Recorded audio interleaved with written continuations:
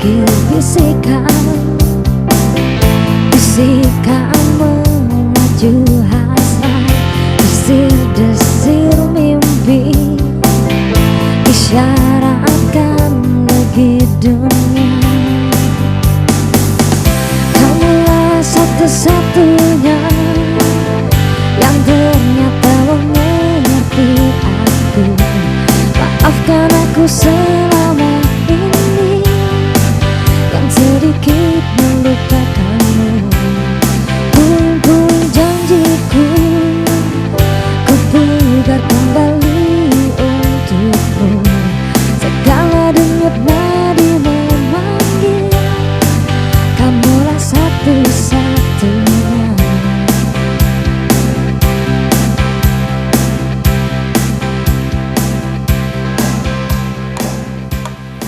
Ya, assalamualaikum warahmatullahi wabarakatuh. Halo, selamat pagi pemirsa TV 9 Nusantara dimanapun Anda berada. Apa kabar Anda hari ini? Semoga tetap sehat, semangat menghadapi weekend kali ini. Tentunya bersama saya Putri Humaira seperti biasa. Kali ini kita jumpa lagi dalam Jurnal 9 Pagi akhir pekan. Dan saya tidak sendiri, sudah dibuka oleh Zira Herzegovina. Halo, selamat pagi Zira. Pagi. Semangat pagi ya. Pagi-pagi udah bahas, udah nyanyi kamulah satu-satunya. Asik. Ini sesuai dengan tema kita nggak sih? Ya. Kita bahasnya tentang pers Indonesia yang mungkin menjadi satu-satunya yang dinantikan oleh masyarakat dalam untuknya mendapatkan informasi supaya kita juga tidak termakan hoax dan sebagainya. Nah, mungkin pemirsa di rumah kita akan membahas mengenai pers Indonesia di era disrupsi digital. Nah, mungkin pemirsa di rumah ini masih agak awam ya. Apa sih disrupsi digital ini? Nah, kenapa kita bahas tentang pers Indonesia ini juga ada kaitannya dengan peringatan Hari Pers Nasional yang telah diperingati setiap tanggal 9 Februari. Nah, saat ini kan udah tanggal 11 nih ya, tapi kita masih ada nuansanya nih. Kita masih memperingati Hari Pers Nasional dan ini juga menjadi momentum bagi semua insan pers agar terus meningkatkan kualitas serta organisasi. Tentunya kita tahu bahwa pers ini juga memegang peranan yang sangat penting dalam kehidupan masyarakat sejak kali pertama munculnya. Tidak hanya menyebarkan informasi, juga bisa ya sebagai meningkatkan ekonomi, pendidikan dan sebagainya. Nah, bagaimana sih sebenarnya seberapa pengaruh itu sebenarnya pers dan juga pers Indonesia saat ini tuh seperti apa sih? Apalagi saat ini di era teknologi yang semua serba cepat, apa tantangan dari mereka? Kita akan dengarkan curhatan dari teman-teman pers juga ini dan juga ada dari Komisioner Ombudsman. Saya sapa terlebih dahulu ya. Yang pertama ada Mas Haidar Afan. Beliau adalah jurnalis BBC Indonesia. Halo, assalamualaikum, selamat pagi Mas Haidar. Waalaikumsalam, selamat pagi Putri. Ya, alhamdulillah, luar biasa. Nah, kalau biasanya nulis atau mungkin melaporkan saat ini diwawancarai begitu ya. Oke, selain Mas Haidar ada Pak Dadan S. Suharmawijaya. Beliau adalah Komisioner Ombudsman Republik Indonesia. Halo, selamat pagi Pak Dadan. Ya? Assalamualaikum warahmatullahi wabarakatuh. Selamat pagi semua pemirsa, para pembicara yang hadir. Oke, Pak Dadan, nanti kita ngobrol ya. Sebenarnya seiring berjalannya kinerja Ombudsman bersama pers itu seperti apa sih? Begitu ya. Selain itu juga ada Mas Ivan Aulia Ahsan. Beliau adalah pemimpin redaksi NU Online. Selamat pagi, assalamualaikum Mas Ivan. Waalaikumsalam, selamat pagi Mbak Putri, selamat pagi rekan-rekan pembicara dan cukup sibuk kan kemarin setelah 1 abad Nahdlatul Ulama, beritanya juga pasti banyak sekali. Kita semuanya nyayur lah, termasuk TV 9. Oke, ya. Dalam hal engagement ya. Oke, Pak. Ya, kita bahas tentang pers Indonesia di era disrupsi digital. Sebelum kita bahas lebih dalam, mungkin saya ke Mas Haidar terlebih dahulu ya sebagai jurnalis BBC Indonesia. Gimana sih pers Indonesia saat ini menurut Mas Haidar? Silakan Mas. Ya, pasti saya bisa mengatakan bahwa pers Indonesia sekarang berada dalam era atau atmosfer bebas ya. Jika membandingkan di masa Orde Baru dulu. Kita bisa mengkritik siapapun, mulai dari presiden, otoritas agama, bahkan hingga orang yang mungkin selama ini tidak bisa disentuh. Kita bisa melakukan itu. Artinya pers sekarang menikmati betul kebebasan itu, meskipun dalam isu-isu tertentu masih ada apa yang disebut sebagai ketidakbebasan. Saya ambil contoh Papua misalnya. Masih ada perdebatan sejauh mana kita bisa memberitakan atau kehadiran pers asing di sana masih menjadi perdebatan. Yang lainnya tentu adalah isu kelompok minoritas. Ini yang masih menjadi soal yang saya sebut sensitif ya, sehingga tidak semua media berani atau bersikap untuk menyikapi hal itu. Yang lain tentu dalam skala tertentu adalah persoalan agama. Itu mungkin yang saya bisa garis bawahi, Putri. Oke, ya sebenarnya apa sih yang menyebabkan keterbatasan? Apa sih resiko yang ditanggung begitu loh? Melihat kebebasan itu juga ada yang tidak sepenuhnya bebas begitu, tertahan. Gimana, Mas? Iya, untuk kasus Papua misalnya, media asing atau wartawan asing masih, dalam istilah saya, masih dipersulit. Artinya harus ada izin yang sedemikian rupa yang sampai pada kesimpulan saya menyatakan memang menyulitkan. Dan ini jelas problem ya, karena ketika tidak ada pers yang bebas, ketika tidak ada jurnalis yang tidak ada kepentingan apapun untuk meliput di Papua, hoax, hal-hal yang tidak benar justru yang muncul di permukaan. Jadi tidak ada media atau jurnalis yang melakukan verifikasi. Kalau seandainya itu saja bisa dilakukan, tentu misinformasi, hoax itu bisa, dalam bahasa saya, bisa ditekan. Yang lain tentu adalah soal undang-undang ITE dan sebagian para pihak yang tidak mau menggunakan Dewan Pers sebagai medium. Baik ya, selain Mas Haidar saya juga bergeser ke Pak Dadan ini ya. Pak Dadan, bagaimana sih kalau melihat ya sebagai Komisioner Ombudsman RI ya untuk pers Indonesia saat ini, bagaimana menurut Pak Dadan? Iya, saya melihat memang tadi ya mungkin apa yang disampaikan Pak Haidar betul ya, di satu sisi ya kita menghadapi era keterbukaan ya, tentu era keterbukaan ini punya banyak konsekuensi ya, karena masyarakat juga apa namanya sekarang ini bisa jadi jurnalis juga gitu masyarakat sebetulnya ya, sehingga di satu sisi pers punya kebebasan, di sisi lain punya tantangan gitu ya. Tantangannya tentu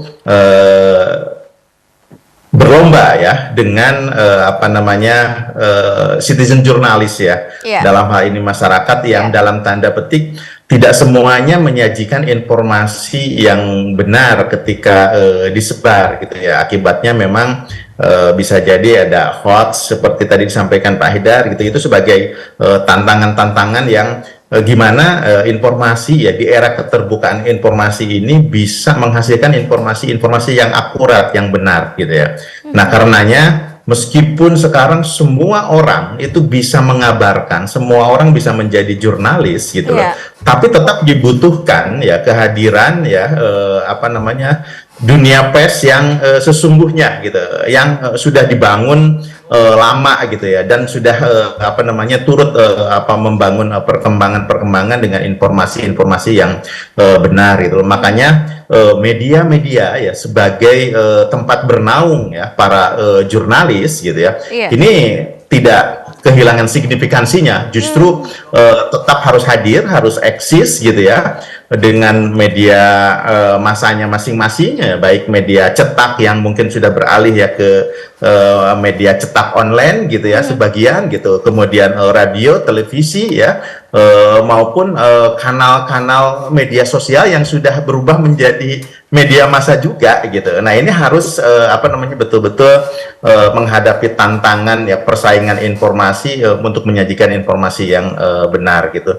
Saya kira itu yang pertama. Kemudian yang kedua ya, saat ini juga ya tentu dikaitkan ya kalau dalam konteks lembaga saya gitu, bagaimanapun ya di sisi pemerintah kita punya apa namanya semacam tanggung jawab ya dalam hal ini pelayanan publik. Ya, pelayanan publik itu banyak didorong oleh ekspektasi publik gitu ya. Bukan hanya oleh kebutuhan publik, tapi banyak didorong oleh ekspektasi publik. Seperti apa ekspektasi itu, Pak? Publik, ya, saya kira misalkan ya, kalau di Surabaya misalkan banyak apa namanya program-program pemerintah yang baik ya dicontohkan gitu ya, disajikan, masyarakat tetap bisa mengoreksi, itu kan Surabaya, kami punya referensi misalkan ya, di Singapura begini, di Washington begini, di dunia yang lain begini.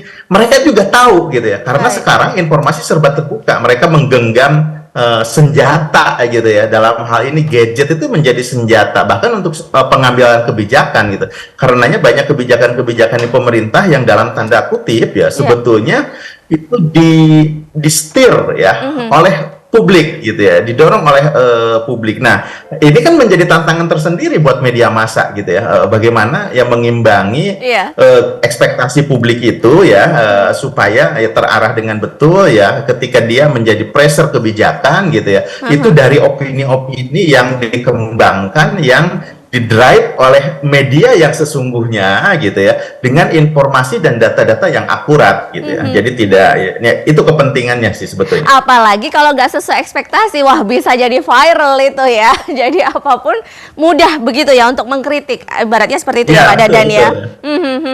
Ya, terima kasih Pak Dadan. Saya bergeser ke Mas Ivan ini ya, pemimpin redaksi NU Online. Kalau menurut Mas Ivan gimana nih Mas pendapatnya pers saat ini? Kita menghadapi tantangan-tantangan yang dulu senior-senior kita zamannya Mas Haidar Afan dan di atasnya lagi itu tidak mungkin di senior-senior kita di media cetak ya, terutama mungkin tidak mengalami hal disrupsi dan sangat sangat bergelora seperti hari ini. Ya kita misalnya bersaing. Pertama bukan hanya dengan media massa sendiri, tapi juga dengan sumber-sumber berita lain di masyarakat. Ada YouTuber, ya, ada influencer, misalnya ada pegiat media sosial dan lain-lain yang kalau dilihat dari pengaruh mereka, daya jangkau mereka terhadap penyebaran informasi itu juga hampir sama atau bahkan lebih dari media-media sebenarnya. Itu. Nah, tantangan kedua adalah pers ini, terutama media siber ya, sekarang terlalu menghamba pada apa yang disebut search engine optimization ya, atau SEO. Jadi semua bermain di level itu dan apa yang ramai di masyarakat ya itu adalah atau apa yang banyak disampaikan media ke masyarakat adalah bersumber dari apa yang sedang ramai di Google atau di media sosial. Nah, keramaian-keramaian ini kan kadang-kadang ya, dalam beberapa kasus tidak relevan sebenarnya dengan ekspektasi masyarakat terhadap informasi. Tapi karena media sosial dan mesin pencarian Google sekarang menjadi parameter yang utama, maka media beramai-ramai untuk ramai di level itu. Dan kata kunci tertentu misalnya yang bisa dengan menggunakan clickbait begitu ya. Dengan clickbait dan lain-lain. Ada tantangan antara melayani keinginan mesin ya. Artinya melayani keinginan Google dengan kualitas jurnalistik. Ini yang sering karena ya. Ini kita betul, kita main cepet-cepetan, kita main rame-ramean, main viral-viralan. Ada yang luput yaitu mutu, ya, sehingga saya beberapa kali ngobrol dengan orang-orang Dewan Pers dan wartawan-wartawan saat katanya Mas Haidar Afan ya, tentang concern mereka dan kekhawatiran mereka terhadap mutu jurnalisme di Indonesia dengan banyaknya dalam tanda kutip koran-koran kuning zaman Orde Baru ya, yang menjelma menjadi koran-koran kuning di masa hari ini di zaman media siber. Itu dua tantangan berat media digital hari ini menurut saya, gitu. Kalau dalam konteks NU Online ya, karena kita mengharap pangsa pasar keislaman, ya bahkan tagline kita ini menjadi beranda Islam Indonesia, jadi bukan hanya melayani kaum nahdliyin ya secara khusus, tapi juga melayani kepentingan umat Islam secara umum. Di tantangan untuk media Islam adalah di NU Online misalnya, yang karena kita punya amanat untuk menyebarkan nilai Islam yang moderat, ya ala NU, ya Ahlus Sunnah wal Jamaah. Kita punya tantangan lain selain dari media-media. Nah, kita tahan dulu ini ya Mas Ivan. Apa tantangan lain yang berbeda dengan media-media mainstream lainnya, dan selain itu juga nanti kita spill. Kita spill apa aja. Mungkin ini juga bisa menjadi apa ya, curhatan yang bisa didengarkan oleh Pak Dadan, atau mungkin sebagai senior juga Mas Haider bisa memberikan ya apa insight baru ini ya untuk tantangan terbaru ini. Saya jeda pemirsa, jangan kemana-mana ya, tetap bersama kami dalam Jurnal 9 Pagi akhir pekan.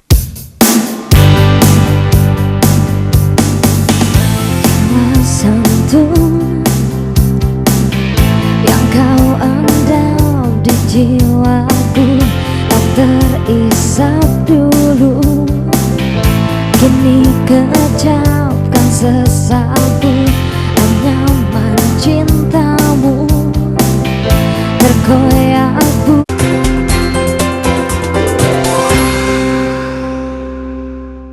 Ya, terima kasih Anda kembali bersama kami dalam Jurnal 9 Pagi akhir pekan. Masih bersama saya Putri, masih membahas mengenai pers Indonesia di era disrupsi digital. Kalau di segmen sebelumnya, sebagai catatan yang saya catat atau yang saya sorot dalam percakapan sebelumnya bersama dengan 3 narasumber yang sudah bergabung secara virtual ya, bagaimana juga tantangan yang dihadapi, bagaimana pers saat ini juga mengalami kebebasan yang mungkin berbeda di era-era sebelumnya, dan juga di mana semua masyarakat juga bisa ikut terlibat sebagai citizen ya, tentunya citizen jurnalis, atau biasa sekarang malah mudahnya jadi netizen nih, gampang aja komentar begitu ya. Katanya sih gajinya netizen lebih mahal dari pekerjaan-pekerjaan yang lain ya, karena sibuk banget mengomentari banyak hal. Nah, tadi juga ada poin sedikit ini ya dari Mas Ivan juga sebagai pemimpin redaksi online, katanya ini ada tantangan sendiri juga sebagai media yang berbeda tentunya dengan media mainstream lainnya. Apa nih Mas melihat memang rasa-rasanya dikit-dikit sekarang bagaimana hukum bla bla bla menurut NU? Biasanya gitu. Kalau kita lihat di dalam pencarian, saya tuh sering menemukan seperti itu. Gimana menurut, apa ada beban tersendiri begitukah atau ya, apa? Itu betul, itu tantangan yang pertama ya, tantangan bagaimana kita sebagai media, karena sebenarnya NU Online ini bergerak ke arah menjadi media mainstream ya. Insya Allah bulan ini kita tinggal menunggu verifikasi faktual dari Dewan Pers ya, untuk didaftarkan sebagai media di Dewan Pers.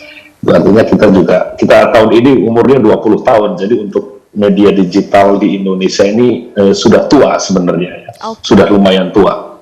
Nah, ada tantangan yang pertama ini adalah menjaga marwah ya. Ini yang selalu ditekankan oleh, karena bagaimanapun kita adalah media resmi pengurus besar Nahdlatul Ulama ya. Jadi kita harus menjaga marwah organisasi, sekaligus menyebarkan ideologi-ideologi keislaman ala Nahdlatul Ulama. Baik. Nah, ini kadang-kadang berat, dan orang di Google ya lebih banyak mencari sisi-sisi yang praktis. Misalnya yaitu hukum apa menurut NU ya. Kalau malam Jumat yang ramai niat mandi junub menurut NU gitu misalnya ya. Ramai di pencarian Google, dan itu biasanya bertengger di artikel yang pertama gitu di Google Analytics. Nah, ini hal-hal seperti ini yang menjadi tantangan bagi kita bermain di antara level kebutuhan publik ya, kebutuhan informasi publik dengan kebutuhan untuk menyebarkan kepentingan jamaah ya, kepentingan jamiah Nahdlatul Ulama. Itu saja kita perlu sangat berhati-hati, dan kita tidak bisa juga menggarap semua isu ya, karena berbagai keterbatasan dan ada kepentingan untuk menjaga marwah itu. Yang berikutnya datang dari katakanlah kompetitor ya, sesama media keislaman. Yang misalnya balapan dengan media-media keislaman lain ya, katakanlah dari kelompok-kelompok yang selama ini kita sebut saja sebagai Islam politik ya, dan mereka mungkin 10 tahun lalu ya kita ketinggalan jauh ya, kami ketinggalan jauh dengan situs-situs itu, tapi kemudian sekarang kita bisa bisa bersaing, dan bahkan tahun lalu kita ketika Alexa masih ada, kita berada di urutan pertama. Nah,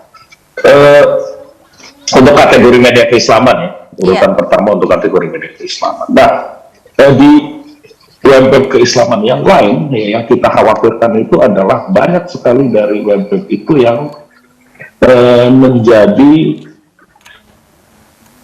basis pemberitaan untuk penyebaran radikalisasi agama. Oke, baik. Gitu. Nah, itu yang tantangan berikutnya yang kami di NU Online, di redaksi NU Online itu perlu mengimbanginya.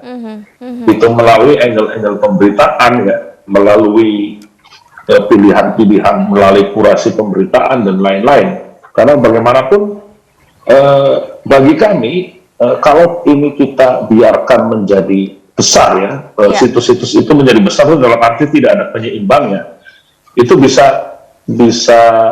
buruk bagi keutuhan dan harmoni antar masyarakat. Gitu sih, Pak. Artinya pemberitaan hanya dalam satu sisi saja, begitu ya? Iya, maksudnya harus ada satu situs atau beberapa situs ya yang bisa mengimbangi wacana digital kelompok-kelompok radikal di media sosial. Sepertinya ini sering mengcounter ya, sebagai counter media-media. Iya, bagaimanapun itu perlu ya, dan mereka pun juga butuh counter. Ya, kami pun butuh counter. Itu kami membutuhkan mereka agar kami terus melejit semangat, sebenarnya begitu. Misalnya gini, dengan mohon maaf ya, dengan campur tangan negara terhadap pembubaran FPI dan Hizbut Tahrir, pemberitaan kita itu jadi, loh, ini siapa lagi yang akan kita? Waduh, jadi cari-cari masalah. Iya. Oke. Ini siapa lagi? Nah, ini pers memang dalam titik tertentu dan derajat tertentu memang butuh oposisi, katakan lawan yang sepadan, biar kita juga terpacu untuk lebih kuat. Iya, mungkin saya bergeser ke Mas Haidar ini ya, Mas Haidar sebagai jurnalis juga ini ya, tadi juga sudah disampaikan oleh Mas Ivan bahwa tantangannya di era saat ini itu tidak hanya memikirkan apa nih berita yang disajikan, tapi juga kata kuncinya yang bisa juga melejit dibaca oleh dengan banyak viewers begitu dan sebagainya. Gimana Mas Haidar, bisa disampaikan pendapatnya? Ya, dari pengalaman saya soal tingkat keterbacaan, istilah saya, memang kita sudah berada di dalamnya sekarang. Ibaratnya kalau di lautan kita sudah berenang, bukan lagi mengamati dari jauh, tapi juga menyelami, berusaha memahami, tapi sekaligus melihat celah apa yang bisa kita lakukan di tengah keterbatasan dalam istilah saya, atau mungkin juga bukan keterbatasan, peluang untuk menangkap fakta seperti itu. Dalam istilah sederhana saya adalah kita harus berdamai, beradaptasi, tapi tidak sampai kehilangan etika jurnalistik. Saya ambil contoh.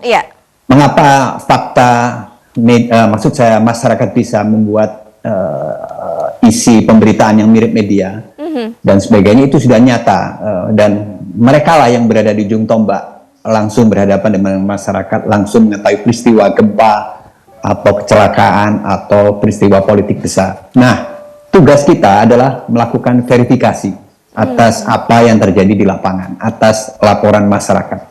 Verifikasi dalam artian kalau katakanlah ada gempa di daerah A, ini dilaporkan oleh masyarakat di daerah A tersebut.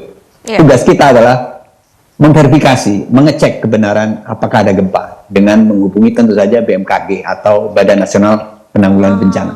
Jadi utuh. Jadi di satu sisi ini memang masalah, tapi di sisi lain adalah kenyataan yang harus kita hadapi, dan bagaimana kita harus menempatkan peristiwa yang dilaporkan masyarakat itu sehingga menjadi sebuah liputan jurnalistik yang utuh.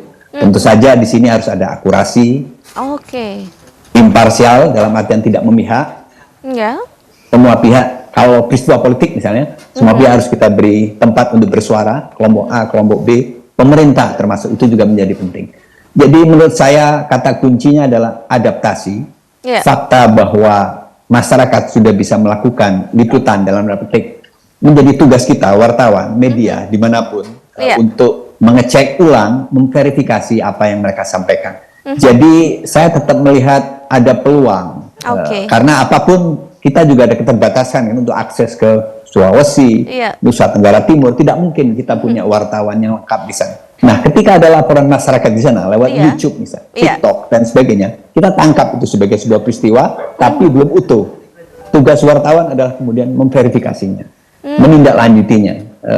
Mungkin ini juga penting bagi kita adalah memberikan perspektif dengan mewawancarai pengamat, dengan mewawancarai orang yang punya otoritas, sehingga ini sekaligus juga sebagai edukasi kepada audiens. Jadi nggak sekedar peristiwa sensasional, tidak, tapi kita tempatkan.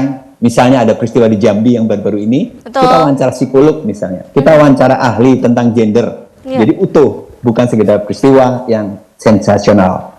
Jadi saya mengatakan kenyataan bahwa masyarakat bisa membuat liputan sendiri, melaporkan artinya tidak merasa tersaingi ya?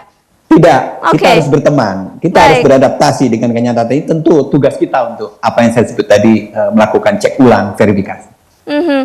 Nah, melihat tadi yang disampaikan oleh Pak Dadan itu ya, selain masyarakat juga bisa juga melaporkan atau memberitakan suatu informasi begitu, juga adanya ekspektasi masyarakat yang mungkin saat ini juga tinggi ya.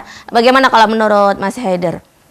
Apakah perlu pers itu juga memenuhi hal itu begitu? Dari dulu sampai kapanpun, mulai zaman media cetak, budaya kertas sampai sekarang, tentu selalu ada ketegangan antara keinginan masyarakat, keinginan media, dan bagaimana menyampaikan. Selalu dari dulu, mulai dari zaman cetak, dari zaman radio bahula sampai sekarang. Cuma sekarang bedanya adalah kecepatan, tidak ada jarak.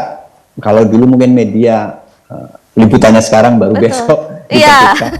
Sekarang langsung, dan ada sisi positifnya karena masyarakat langsung bisa mengkritik kalau seandainya berita kita salah. Ada masyarakat bisa memberikan masukan, nggak benar, yang betul begini misalnya. Jadi ini apa ya, blessing in disguise, masukan juga kepada wartawan, karena masyarakat dengan kecepatan, dengan kita, saya ambil contoh karena di tempat saya bekerja juga memanfaatkan Facebook, juga memanfaatkan Instagram, juga memanfaatkan YouTube, dan mungkin ke depan TikTok. Dalam artian sekali lagi beradaptasi dengan perubahan, tentu saja dengan jangan sampai melanggar etika jurnalistik, dan itu problem tentu saja saya harus akui di sebagian media kita. Putri. Iya, baik, saya bergeser ke Pak Dadan. Pak Dadan, apa ini yang disoroti ya? Tadi melihat juga tantangan yang dihadapi oleh kawan-kawan dari pers, juga percepatan juga begitu cepat. Apa nih yang bisa disorot dari Ombudsman? Iya, silakan. Saya melihat begini, perspektif persnya kita sudah sama ya, sudah memahami semua bagaimana melihat ini sebagai tantangan ya, dan bagaimana kita beradaptasi dengan semua ini. Tapi yang menjadi problem sekarang adalah judul kita disrupsinya nih gitu lah. Disrupsinya ini seperti apa nih sebetulnya ya, di antara latar belakang tantangan kita itu gitu. Saya melihat begini, tadi Mas Ipan mengatakan betul sebetulnya bahwa era digital kita itu sebetulnya sudah lama gitu ya, sudah lama gitu loh. Bahkan sesuatu yang saya kebetulan orang yang bersyukur lah itu ikut mengikuti perkembangan bagaimana digital ini berkembang ya, sejak dulu mungkin ya, sebelum masuk era sekarang ya. Saya membagi 3 lah ya, contohnya. Dulu kita masuk tahap digitasi gitu ya, semua serba menjadi data digital, dan semua kita sudah melewati gitu. Dari tahap digitasi itu, dan saya pernah berkunjung ke kiblatnya waktu itu gitu ya. Kiblat digitasi itu waktu itu ada di IBM. Saya pernah berkunjung ke markas besar IBM di Washington sana gitu. Nah, kemudian setelah itu bergeser ya, dari digitasi ke digitalisasi ya, digitalisasi. Nah, digitalisasi kiblatnya bergeser nih. Kalau tidak salah kita masuk salah satunya Microsoft lah gitu ya, masuk ke Microsoft. Nah, dari situ gitu kita mengembangkan banyak aplikasi dan sebagainya dan sebagainya. Dan era itu juga sudah lewat gitu, dan media juga sudah melewati itu gitu ya. Media massa juga sudah melewati itu. Sekarang tahapnya bukan lagi tahap digitalisasi gitu ya. Sekarang masuk ke tahap transformasi digital gitu ya, yaitu pemanfaatan dan akibat dari pemanfaatan digital itu ini bertransformasi. Transformasinya di mana gitu ya. Saya pakai konteks perkembangan pemerintah deh lah, yang namanya open government e-gov, electronic government itu sudah sejak tahun 60-an ya, berkembang lah sampai saat ini, sehingga waktu itu kalau pakai contoh Jawa Timur lah misalkan, itu sudah mengikuti pemerintahan di Jawa Timur, misalkan Surabaya. Online government kita udah lewatin ya, semua sudah. Kemudian dari online government ini apa nih disrupsinya itu berkembang karena semua informasi sudah serba cepat, maka ya citizen oriented government lah menjadi langkah selanjutnya, di mana setiap pemerintahan ketika mengeluarkan kebijakan-kebijakan itu berorientasi terhadap masyarakat ya, baik itu kehendak, ekspektasi ya dan sebagainya, yang semua itu dimunculkan oleh media massa. Dari citizen orientation government ini ya, pemerintah yang berorientasi terhadap masyarakat bergeser menjadi ya citizen centered government ya. Masyarakat itu menjadi pusat tata kelola pemerintahannya. Nah, itu masuk ke sana. Itu akibat disrupsinya ya, yang kita melihat sebetulnya contoh-contohnya, tapi saya masuk ke tahap berikutnya. Setelah kita citizen centris ya, citizen centered government, itu sekarang masuk ke era di mana citizen driven gitu ya. Ini publik yang menyetir kita gitu ya, yang menyetir penyelenggaraan negara ya atas informasi-informasi yang ada. Nah, contohnya seperti apa? Teman-teman hampir semua media gitu ya, dengan media massa kita tahu misalkan kasus Sambo misalkan ya. Nah, kita membayangkan ya sesuatu yang ada di kasus Sambo ini kalau tidak ada citizen driven gitu bisa jadi belum tentu terbongkar gitu loh.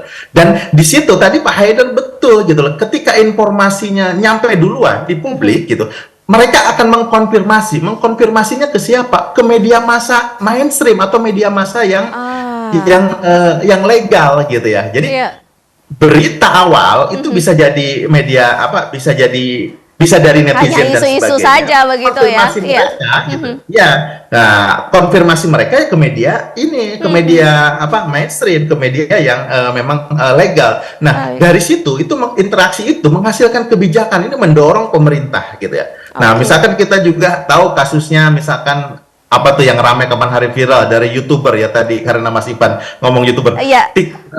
Kasus Tiko misalkan kan, dengan ibunya yang ini. Nah, kita melihat bagaimana respon pemerintah di sana. Ya ternyata gitu, pemerintah bukannya tidak pernah menyentuh gitu. Dari dulu ada bantuan, mereka masuk program ya dan sebagainya. Tetapi karena tidak day to day gitu ya, warga masyarakat ini tidak tercover ya, Tiko dan keluarganya ini. Tapi ternyata ya ketika ada YouTuber ya yang mengangkat isu itu, semua pelayanan publik baik itu listrik, PLN ya, pemerintahan segala macam masuk ke sana.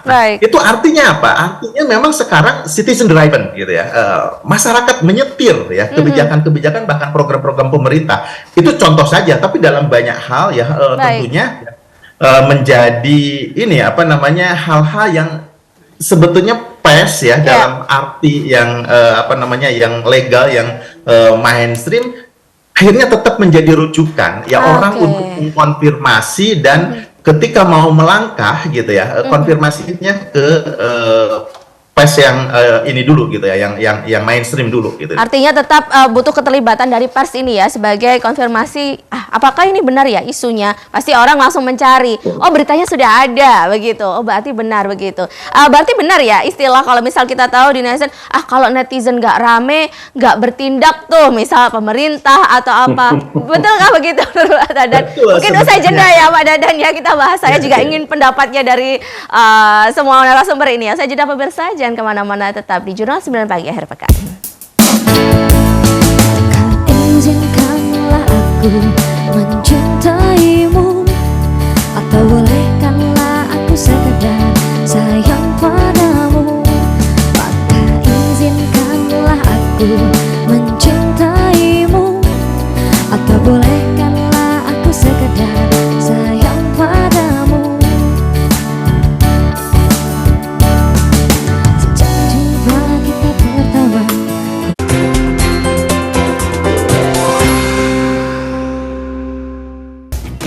Anda masih dalam Jurnal 9 Pagi akhir pekan dalam Pers Indonesia di era disrupsi digital. Masih bersama dengan 3 narasumber saya yang bergabung secara virtual. Di segmen terakhir ini mungkin saya ke Pak Dadan terlebih dahulu. Pak Dadan, seru banget ya tadi yang disampaikan Pak Dadan juga ya. Artinya saat ini kita sudah menyadari bahwa memang kekuatan dari warganet ini juga sangat besar sekali, sehingga memang ada yang mengatakan, wah kalau netizen nggak bergerak, pemerintah atau mungkin institusi tertentu nggak bergerak nih, bakal nggak ada berita nih, bakal nggak ada viral ini nih, harus viral dulu nih. Nah, ya silakan Mbak Dadan.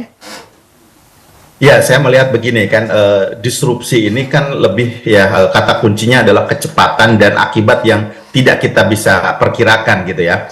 Begitu informasi begitu deras, begitu cepat ya, ini punya efek yang kadang kita tidak bisa memprediksi ya.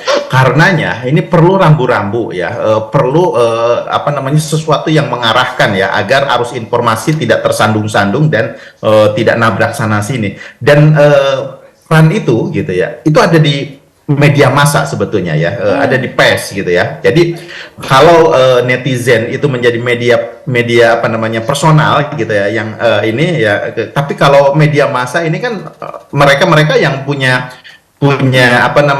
accountability gitu ya, dalam menyajikan informasi gitulah. Nah, tetap ya publik ya pada akhirnya gitulah akan mencari tumpuan ya di tengah arus informasi yang membingungkan gitu ya, karena begitu banyak informasi dan sebagainya. Karena kebingungan mereka butuh lari ke tempat mengkonfirmasi apakah memang ini benar atau tidak gitu. Dan ini adanya di media massa gitu ya, media mainstream yang selama ini sudah ada. Jadi memang di sini ya kita melihat ya apapun ya sebetulnya gitu ya, peran media massa dari waktu ke waktu itu tidak bisa dihindarkan ya, tidak bisa dinafikan, justru tetap menjadi pilar ya, stakeholder yang penting ya dalam menyetir kebijakan-kebijakan yang diterapkan di dalam kehidupan berbangsa dan bernegara. Pak Dadan, terakhir ini mungkin pesan bagi masyarakat ya, atau warga net di rumah ini ya yang menyaksikan kali ini, silakan. Ya, kalau saya sih berpesan begini ya, di tengah kemudahan informasi dan begitu banyaknya informasi yang datang gitu, maka ya publik ya tetap ya harus menjadikan informasi akurat itu sebagai sebuah kebutuhan, dan itu adanya di media massa gitu ya, adanya di media mainstream ya untuk mengkonfirmasi itu gitu ya. Boleh kita mendapat informasi dari mana saja gitu, tapi setelah kita mengkonfirmasi dan mengetahui cerita di baliknya, yang bisa membongkar cerita di balik kabar burung ya, yang sudah ini seperti disampaikan Pak Haidar tadi itu adalah jurnalis profesional gitu ya, yang menyajikan produk kerjanya di media massa. Itulah sebagai tumpuan informasi gitu yang bisa diakses publik. Mungkin itu. Oke, siap. Saya bergeser ke Mas Haidar. Silakan Mas Haidar di segmen kali ini, apa yang insight ini kali ini? Pertama saya lebih ke otokritik kepada media umum, media profesional itu sendiri. Kritik yang sering muncul adalah soal pemihakan. Bagian media dimiliki oleh kepentingan parpol, sehingga pemberitaannya cenderung mengangkat atau mengkampanyekan kepentingan partai politik itu. Jadi masukannya adalah kembali ke apa yang disebut jurnalisme imparsial ya, tidak memihak, memberi tempat kepada semua pihak untuk berbicara dan tidak tidak ada motivasi politik, imparsialitas, jadi tidak berpihak. Yang kedua adalah soal kecepatan. Problem kecepatan selalu akhirnya bertabrakan dengan akurasi. Solusinya adalah apa yang dilakukan oleh sejumlah jurnalis yang sudah memiliki kesadaran, yaitu slow journalism. Jurnalisme lambat, jangan tergesa-gesa, nggak perlu cepat-cepat. Verifikasi dulu, mencari kebenaran peristiwa itu benar atau enggak. Saya pikir terlambat nggak apa-apa asal akurat. Itu mungkin dua hal penting yang menjadi masukan baik kepada media. Yang lain tentu saja yang terakhir adalah soal keterbacaan, SEO dan sebagainya, seperti dikatakan Bung Ivan. Salah satu jalan keluar yang paling adil adalah mungkin dengan berlangganan. Jadi masyarakat berlangganan membayar sehingga media tidak terpaku SEO dan sebagainya. Yang lain tentu saja adalah kembali lagi kepada ideologi imparsialitas itu tadi, akurasi dan sebagainya. Itu poinnya. Terima kasih. Baik, terima kasih Mas Haidar. Saya beralih ke Mas Ivan. Silakan Mas Ivan. Oke, dalam hal imparsialitas mungkin NU online agak susah. Ya kan? Iya. Kita harus parsial pada induk organisasi. Tapi ini kan bukan dalam hal politik ya, ini dalam hal sosial keagamaan. Tapi begini, soal disrupsi, media cetak atau katakanlah media yang dengan basis informasi tertulis atau teks, juga di masa lalu mengalami disrupsi seperti ini. Meskipun kali ini yang paling besar, besarnya koran-koran dari awal abad ke-19. Baik. Dapat tantangan di awal abad 20 dari radio. Dapat tantangan baru setelah Perang Dunia Kedua dari televisi. Ya. Nah, artinya terus berkembang dan tantangannya terus ya. Baik. Tantangan ya, baik bentuknya disrupsi atau kompetisi, ya itu pasti ada tantangannya. Nah, saya pikir ini yang kenapa media penting untuk beradaptasi ya terhadap apapun ya. Nah, abad ke-21 inilah menjadi titik balik bagi media untuk beradaptasi. Kita tidak tahu 100 atau 20 tahun lagi medium apa yang akan menjadi.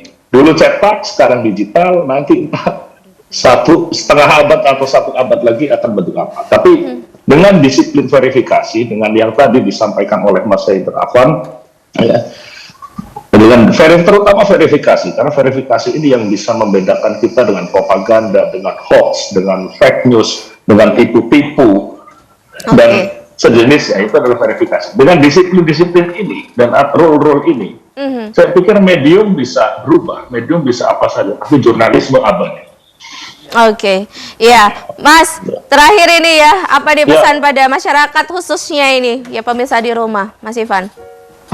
Saya berpesan bahwa tadi untuk kritik sebenarnya sudah disampaikan oleh Pak Haider. Saya berpesan bahwa sebenarnya untuk teman-teman jurnalis juga ya, bahwa saya berpegang pada prinsipnya Gabriel Garcia Marquez ya, ketika dia memberikan pelatihan-pelatihan jurnalistik.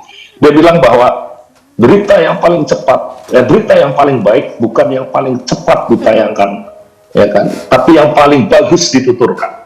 Nah, slow journalism seperti yang disampaikan Mas Haider ini bisa dilakukan bahkan oleh media digital yang harus beradu dengan kecepatan. Ya, kita bisa mengendapkan diri lagi lah dari semua informasi ini, kemudian kita menyampaikan informasi yang lebih komprehensif. Itu ini saya pikir penting di era disrupsi dan di era yang serba cepat hari ini. Baik, terima kasih Mas Ivan, terima kasih Mas Haider, dan juga terima kasih Pak Dadan sudah bergabung bersama kami. Semoga ini juga bisa membuka atau menambah insight kita ya terhadap pers Indonesia saat ini, khususnya di era disrupsi digital. Artinya sudah siap-siap aja lah ya menghadapi ini, dan ini sudah harus dilewati dan bakal akan ada tantangan ke depan lagi. Terima kasih ya. Semangat. Semangat pers Indonesia. Demikian pemirsa Jurnal Sinar bagian pekan kali ini. Saya Putri Humara pamit undur diri pemirsa. Wallahul muwaffiq ila aqwamit thoriq. Wassalamualaikum warahmatullahi wabarakatuh. Sampai jumpa minggu depan.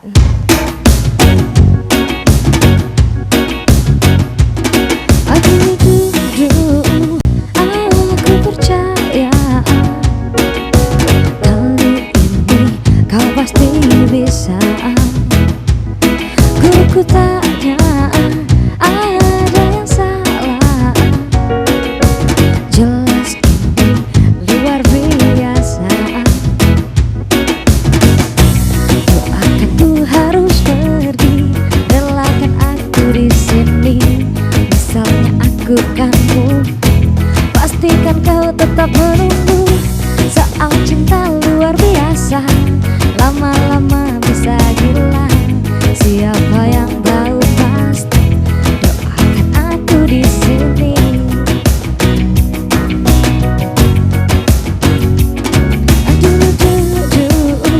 Aku percaya kali ini kau pasti bisa. Ku tanya ada yang salah.